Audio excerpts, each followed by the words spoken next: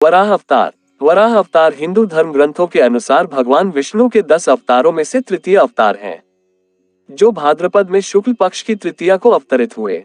वराह अवतार की कथा। हिरण्याक्ष और हिरण्यकशिपु ने जब दिति के गर्भ से जुड़वा रूप में जन्म लिया तो पृथ्वी कांप उठी। हिरण्याक्ष और हिरण्यकशिपु दोनों पैदा होते ही बड़े हो गए और अपने अत्याचारों से धरती को कंपाने लगते हैं। यद्यपि हिरण्याक्ष और हिरण्यकशिपु दोनों बलवान थे, किंतु फिर भी उन्हें संतोष नहीं था। वे संसार में अजेयता और अमरता प्राप्त करना चाहते थे। हिरण्याक्ष और हिरण्यकशिपु दोनों ने ब्रह्मा जी को प्रसन्न करने के लिए बहुत बड़ा तप किया।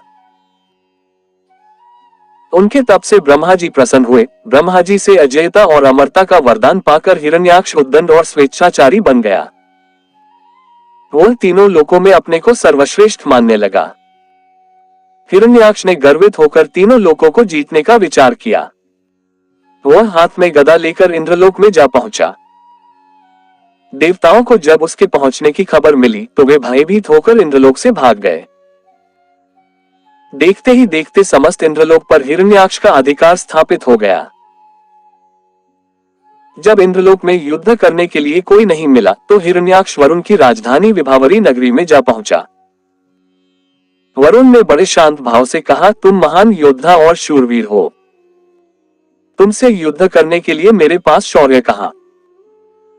तीनों लोकों में भगवान विष्णु को छोड़कर कोई भी ऐसा नहीं है जो तुमसे युद्ध कर सके। अतः उन्हीं के पास जाओ, वे ही तुम्हारी युद्ध पिपासा शांत करेंगे। वरुण का कथन सुनकर हिरण्याक्ष भगवान विष्णु की खोज में समुद्र के नीचे रसातल में जा पहुंचा।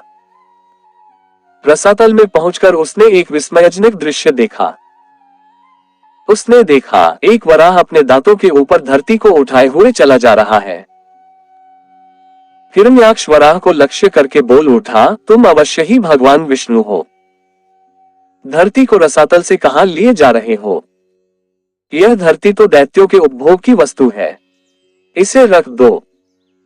तुम अनेक बार देवताओं के कल्याण के लिए दैत्यों को छल चुके हो, आज तुम मुझे छल नहीं सकोगे। फिर भी भगवान विष्णु शांत ही रहे। उनके मन में रंचमात्र भी क्रोध पैदा नहीं हुआ। वे वराह के रूप में अपने दांतों पर धरती को लिए हुए आगे बढ़ते रहे। हिरण्याक्ष भगवान वराह रूपी विष्णु के पीछे लग गया। उन्होंने रसातल से बाहर निकलकर धरती को समुद्र के ऊपर स्थापित कर दिया। हिरण्याक्ष उनके पीछे लगा हुआ था, अपने वचन बाणों से उनके हृदय को बे रहा था। भगवान विष्णु ने धरती को स्थापित करने के पश्चात हिरण्याक्ष की ओर ध्यान दिया। उन्होंने हिरण्याक्ष की ओर देखते हुए कहा, तुम तो बड़े बलवान हो। बलवान लोग कहते नहीं हैं, करके दिखाते हैं।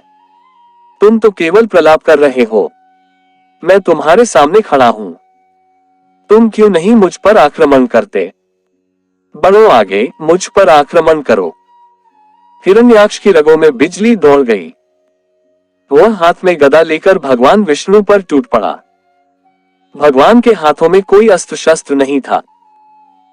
उन्होंने दूसरे ही क्षण हिरण्याक्ष के हाथ से गदा छीनकर दूर फेंक दी। हिरण्याक्ष क्रोध से उन्मत्त हो उठा। वह हाथ में त्रिशूल लेकर भगवान विष्णु की ओर झपटा। भगवान विष्णु ने शीघ्र ही सुदर्शन का आह्वान किया। चक्र उनके हाथों में आ गया। उन्होंने अपने चक्र से हिरण्याक्ष के टुकड़े टुकड़े कर दिए। भगवान विष्णु के हाथों मारे जाने के कारण हिरण्याक्ष बैकुंठ लोक में चला गया। आशा करते हैं कि यह जानकारी आप सभी को अच्छी लगी होगी। इसी तरह की कहानी और कथा सुनने के लिए हमारे YouTube चैनल BGS टाइम को सब्सक्राइब कर लें। धन्यवाद।